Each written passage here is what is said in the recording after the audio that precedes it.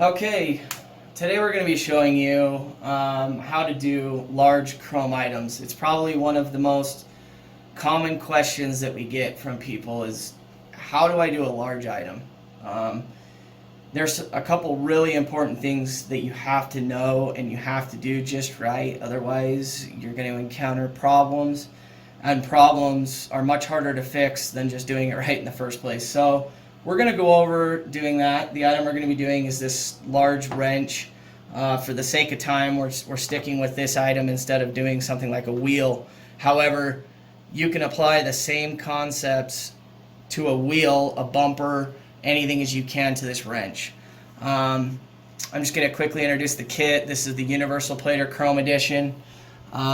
Really, it looks just like the regular Universal Plater, but it's quite different. You have the ability to strip chrome, and this is called the Chrome Edition. I already have the chrome stripper, surface activator, and 24K brushed gold gel in their positions, and we're actually ready to go. To set up like that only takes about 5 or 10 minutes. It's no big deal. The handles come ready to go with these cotton sleeves already on them. You just prep the sleeves a little, and for more information on that, check out our unboxing video for this very kit. So I'm going to skip a lot of that, because if you have any questions about that, just refer to the unboxing video for the Universal Plater Chrome Edition. Alright, let's get to it. Our first step is to chrome strip. Now you got to make sure you're in chrome stripping mode. There's chrome stripping and normal plating. The only time you ever put it in chrome stripping mode is if you are stripping chrome. Aside from that, you always flip it to normal plating. Okay, so I'm going to do from about here to here. This area is what we're going to focus on for the first section. Okay, now as we start stripping, you're going to notice a color change. Okay, first you're going to see the solution turn yellow, and then you're going to see the piece kind of turning brown. If you notice the difference between here and here, it's almost like a tan, brown. Some people even describe it as it looks like it's turning gold, but it's not. What it is we're removing the layer of chrome that has been plated over the nickel. If you try and put gold onto chrome, you will never get it to stick. It's the #1 cause of problems of people trying to plate. See, and I just flipped my brush just to get some more fresh solution on there.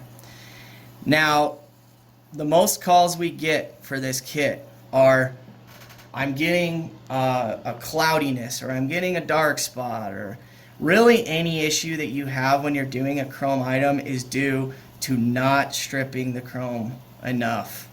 And so we really want to make sure that we get every little bit of this chrome off, or else you will have a problem. As you notice, I'm going over it and over it and over it. This has probably been long enough. The telltale signs are it's turned tan everywhere. Now what I'm going to do is take my spray bottle and just rinse off the chrome stripper.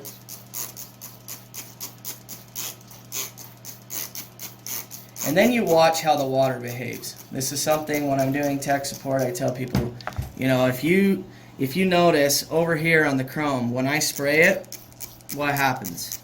The water beads up and just falls right off of it. Over here, it's staying wet. Now, after a minute, it will start to bead, as you see. But if there's any concern, which I have a tiny bit of concern over here, just hit it longer. It's worth it to just take an extra minute to make sure that you don't have an issue, then have a problem and have to polish all the gold off and start over. So I'm just hitting it a little bit more, and I'm pretty sure at this point it's perfectly stripped down to the bare nickel. At this point you may notice a little bit of discoloration. Don't worry about it. If you see little dark smudges, I get calls, hey, there's these little clouds in it, the chrome stripping. You'll notice in this next step those just vanish with the activator. So now we come over here and we flip it to normal plating mode. I already had it set at 7 volts, so we're just going to leave it there. Grab the activator handle and come and activate that fresh nickel that we've just exposed. Now when you're activating, you just quickly hit it. You're not going to notice any sort of real reaction. There is a light bubbling that happens, but it's nothing dramatic. You'll notice some of that darkness I was talking about vanish. Make sure you activate beyond into the chrome. Okay, that's an important step, and we'll talk about it more here in a minute. Okay, that's activated. Just quickly run over everywhere. Don't sit there and dwell on it. Just get it done. Now that I've rinsed off the activator, we're going to change the voltage down to, gold works anywhere between 4 and 5 for the sake of having it going pretty quick. I'll set it up near 5. And now this is the fun part. You'll notice it quickly turns gold, and the higher the voltage is, the quicker it goes on. And so you may ask, well, why not go higher? But at some point you will burn it, so you just got to find the sweet spot for you. Another key is to keep small circular motions. Notice how I'm constantly moving. If I were just to stop and hold it there for long, you will get a dark purple pink burn spot. If that happens, it's not the end of the world. You can clean it up with baking soda. Just put some baking soda and water on it and polish it up a little, and that burn spot will be gone. Okay, now the important part. If you notice, right here is chrome. Next to that is nickel. And then I have the gold that I plated down here.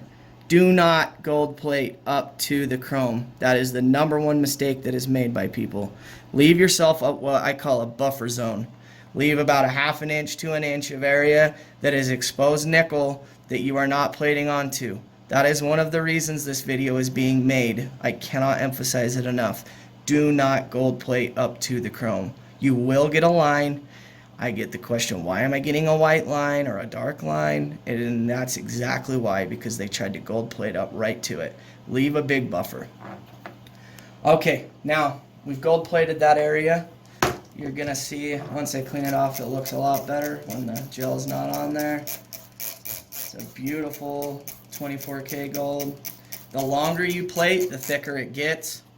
And so if you were doing a piece of jewelry, you would plate it longer. If it's a car emblem, it doesn't really have to be thick, but that's up to you as the plater.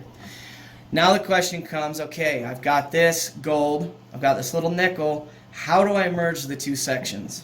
And that's the second purpose of this video. The way you're going to do that is you're going to pick a section, and I always recommend baby steps.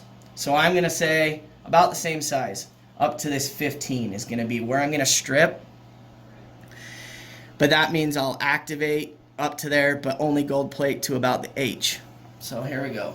I put it back into chrome stripping mode, flipping that switch, and I'm going to go ahead and set the voltage ahead of time to 7 volts, just so it's already there for the activation step. And here we go with the chrome stripping. Same thing again.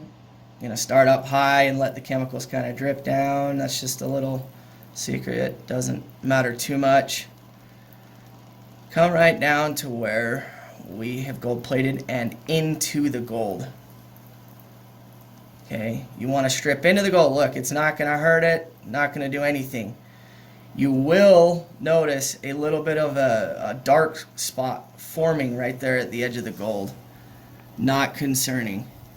It'll go away when we activate, and when you gold plate, you won't even see it. So again, go over it for a good minute or two. Really overdo it. And when you feel like you've done it long enough, do it longer. Okay, I'm going to go ahead and get the sides too a little bit for a sec. Now, I think this has been long enough, and so I'm going to rinse it, check for water breaks, make sure it stays what we call wet out. Make sure all the chrome strippers off. And down here in this area it's breaking a little, so I think I'm gonna hit it just a tiny bit longer because I don't want a problem right there.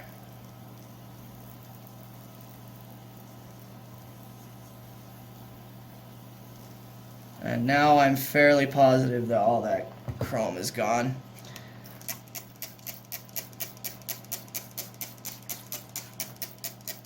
Much better. Alright, now we switch to normal plating mode again, and get the... So now we're going to activate that freshly exposed nickel. Again, just quickly go over it. You'll notice that dark spot lightens up. It may not completely go away, but don't worry about it. Usually stuff does not cover up with gold plating, but in this situation where two spots merge, if you do it right and if you overlap as we've been talking about, it'll cover up. If you don't, and if you plate it right up to the edge, that's when the line's going to show up. So I'm rinsing off the activator and now turn my voltage down to about 5 volts. We'll go a little higher this time, let it go on a little quicker. And let's put the gold on. Let's start down. Clip keeps popping off. We'll start down here.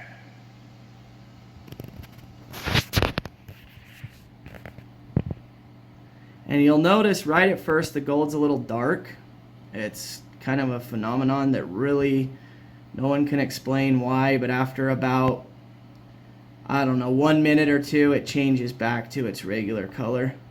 Just freshly deposited gold is slightly different, so don't freak out when right at first it looks darker. It's not burning. Give it another minute or two and it'll be gone. Now I'm leaving a buffer zone up at the top, as you see, another about 1/2 inch. And I just quickly go over the whole area just to put a thin layer of gold.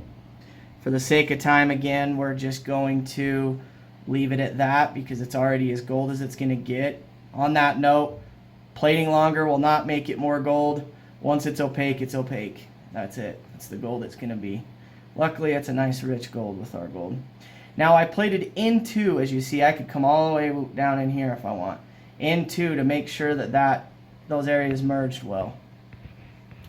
But I did leave that buffer zone again. Fresh gold, fresh nickel, chrome. Now I come up, rinse it all off. And look at that. No line, no issue. It looks great. It all merged together seamlessly. I could continue on and do the exact same thing again, but I think you probably get the point. It's the same thing. I would just strip. At this point, I'd turn the wrench around and clip it or touch it somewhere over here. And strip down here all the way. Activate up into the gold. Then gold plate into the gold and the whole rest of the area. Now again, it doesn't matter if it's a wrench, a wheel, a bumper, same concepts apply. If you're doing a wheel or a bumper, do not try and do the whole thing at once. I promise you it will fail. You will be very sad and you'll have to polish all that gold off and start over. Pick little sections. I would recommend maybe start out with a 2x2 section. Get it looking good. If you merge another 2x2 and it looks good, then step up to maybe a 3x3. Just don't try and do too big of sections. I think that pretty much covers everything I wanted to cover in this video. But yeah, that's doing large chrome pieces with the Universal Plater Chrome Edition. And when you're done, you can just wipe everything off, put the lids back on these, take your brushes out and store them away, or some people like to clean their cotton sleeves out. It's not necessary and you're done. It's a really easy, fun process. Hope you enjoyed this video. Thank you.